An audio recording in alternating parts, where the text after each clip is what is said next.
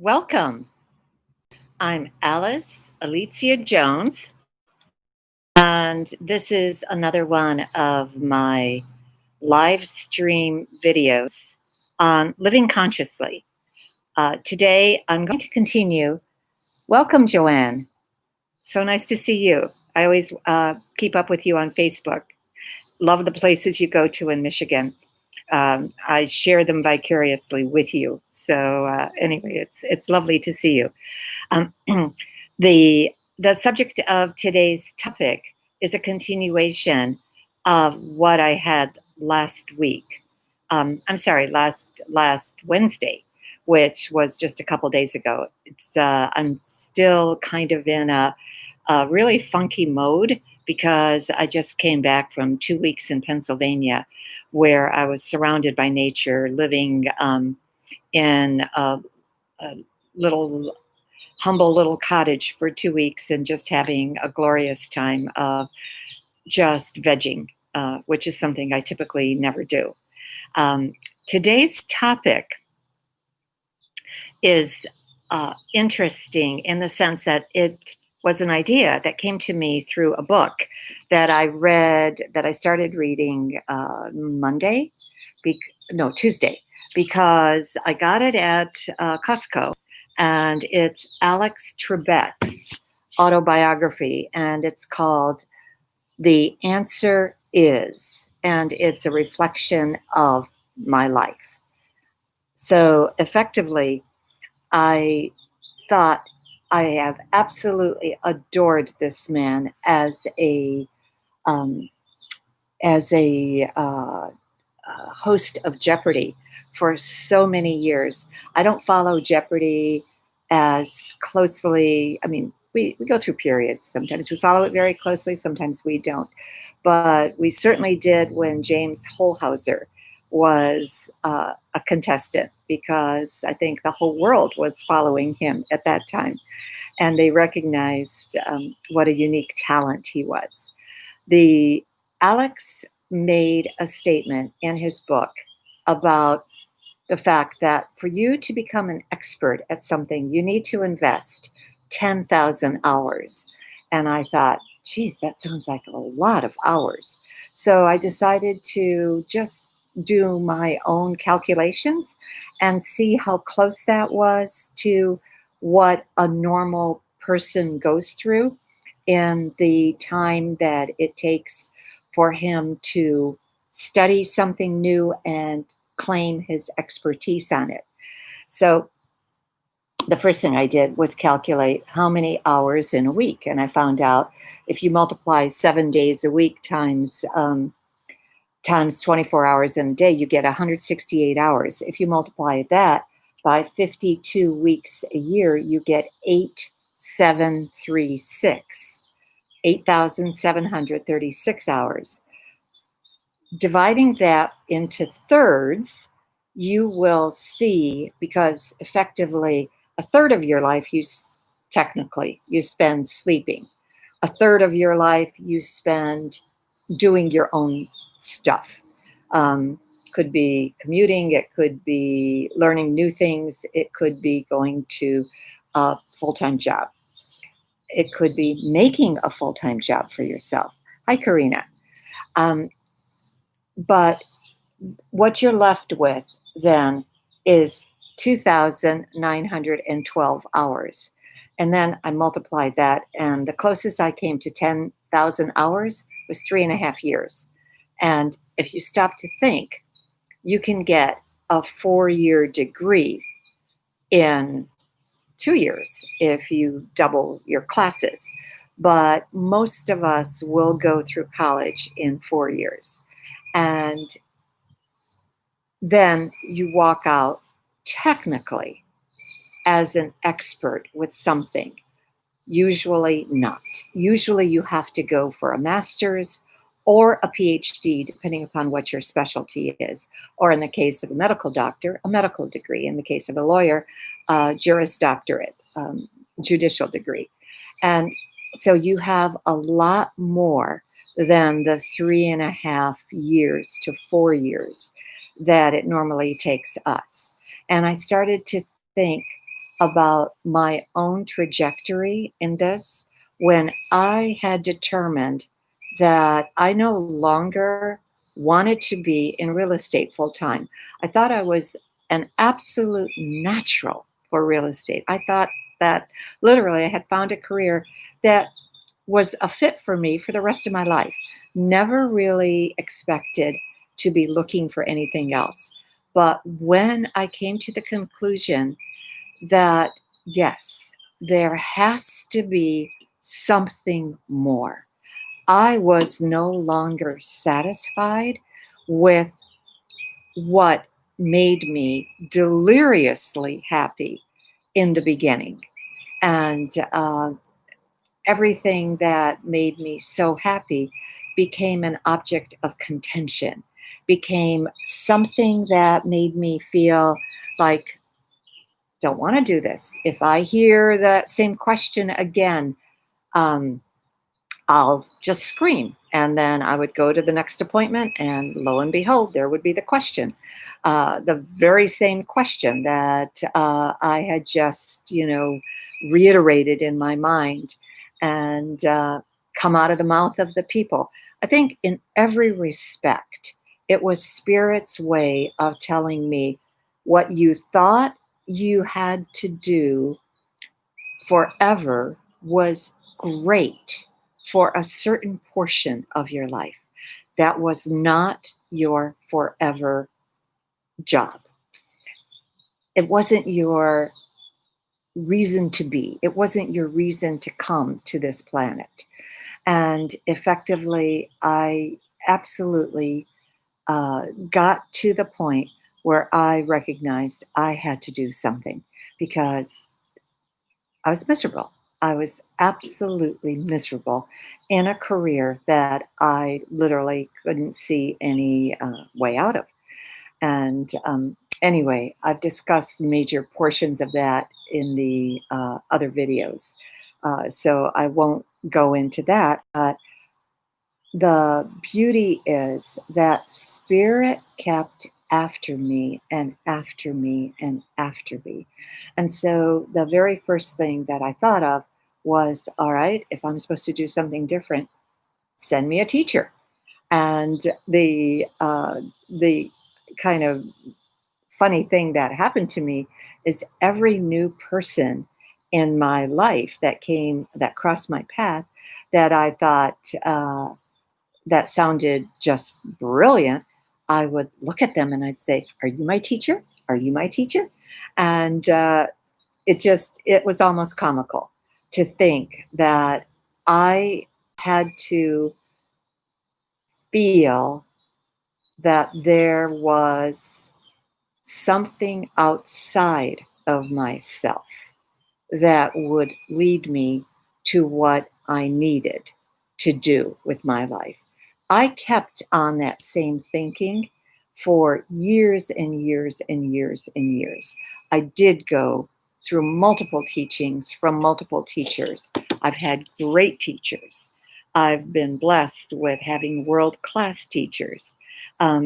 But ultimately, the conclusion that I had to come to, the conclusion that I reached in my life was the greatest teacher is the one inside your head.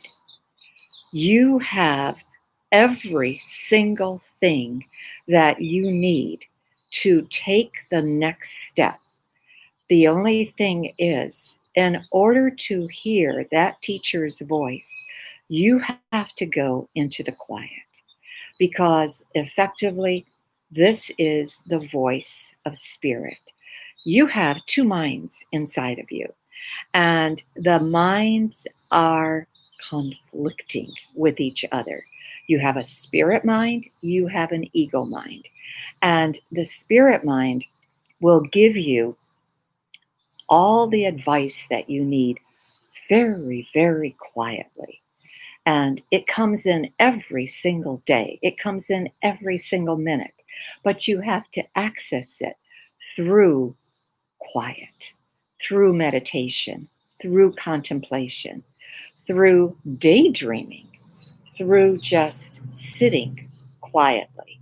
and just being okay with having a very non rushed attitude. And the irony is, this is part of what the coronavirus is doing for us. It is putting us in a place where, because so much of the rushing has been taken away from us, I know in my life, I can't believe how much I have sat. I have never sat in my life. And now all of a sudden, I find myself, if I'm not going for a walk, which I try to do once a day, not always successful, but if I'm not going for a walk, I'm sitting, and or I'm gardening at times, and other times I may just do organizing, may do house cleaning, may do whatever. But most of the time, I'm sitting. And I have never sat so much in my entire life. But when I think about it, I realize that spirit is constantly feeding me information. And that whenever I'm faced with giving advice to a client, last night, I had somebody who I had spoken to in June, but at that point in time, I think maybe 3 years before, maybe four, and but she called me again, and at the end of the conversation, she said something to the effect of, "Thank you. You've validated to me every single thing I heard inside my own head. But the fact that you were able to bring it out, and here I am, um, just effectively giving her more information, just effectively saying out loud what she already heard inside her own head." So it was unbelievably, again, affirming that spirit is always there for you, but you absolutely have to ask for their help. You have to trust what you're given.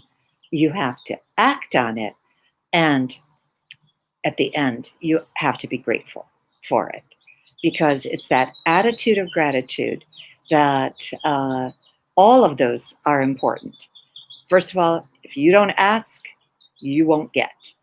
Um, you don't trust, they back off and they just say, "No, he's not ready. She's not ready." And you, if you don't act on it, if you don't say what you feel, if you start censoring what's coming through you instead of saying it. And one of the things that I did learn with my guides is that I continue to ask them that if this is something I'm supposed to share, give it to me. If it's not something I'm supposed to share, tell it to me later. And so, because in the beginning, I would be given downloads of amazing materials, amazing images, storylines that just went on and on and on and on, past lives that explained certain issues that a person was having, but they scared the person, or they caused something within the person that I found out years later set them into maybe a guilt trip, and that was not the intention. So I learned from that to just ask my guides, if I'm supposed to share it, tell it to me when I have the client in front of me. If I'm not supposed to share it, tell it to me later. So that's a technique that you can use for yourself. Um, One of the things that I know that in learning and trying to decipher exactly what it is that I was good at, what I was supposed to teach, at first, my most enamored um, thing, and which I still teach, is A Course in Miracles. I felt that not only did A Course in Miracles save my life, it saved my marriage, it saved my sanity. There is a passage in A Course in Miracles that stands out more than any one of the other passages, and that is, do you want to be right or do you want to be happy? And effectively, since I was in a marriage that where both of us were the oldest of four children, we necessarily butted heads all the time. And when my sister-in-law, who was married to one of my husband's brothers, said to me, "Oh, my husband and I never argue." I just kind of, you know, looked at that thought and that statement, and I thought, oh my God, if I can get through one day without an argument, I consider that day a success. So, because my husband and I were always arguing, not huge conflicts, but conflicts nevertheless. And it didn't matter how much I wanted to convince him that I was right. He always had to have the last word. And it took me years to figure that out. So, effectively, again, this is spirit. This is spirit's voice, always coming in, always trying to tell you this is what you have to do to survive this situation. And A Course in Miracles for me is probably the thing I love the best. The other modality that I love, the healing modality that I'm so grateful to be able to teach, is Reiki. Reiki 1, Reiki 2, Reiki 3, Reiki Master Teacher.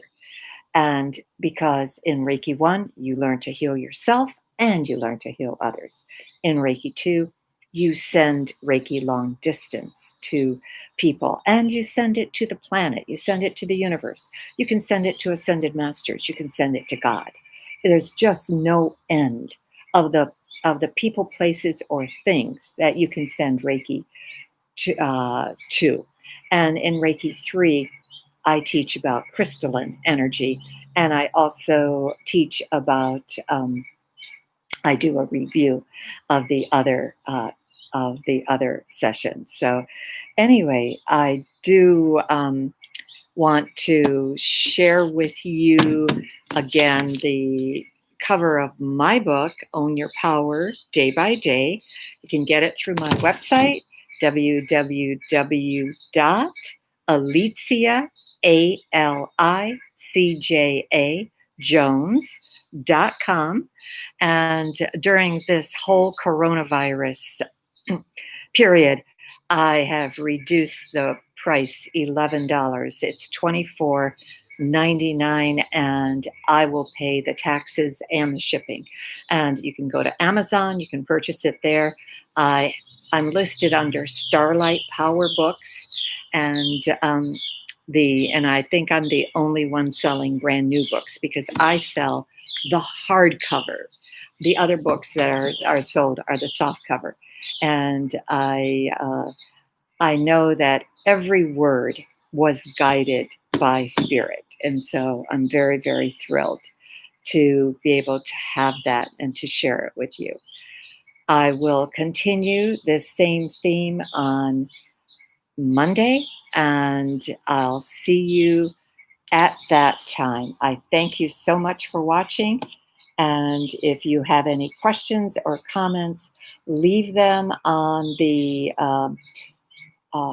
through the website, YouTube, or through Facebook Live, and I will be sure to check them out and answer them. Thank you.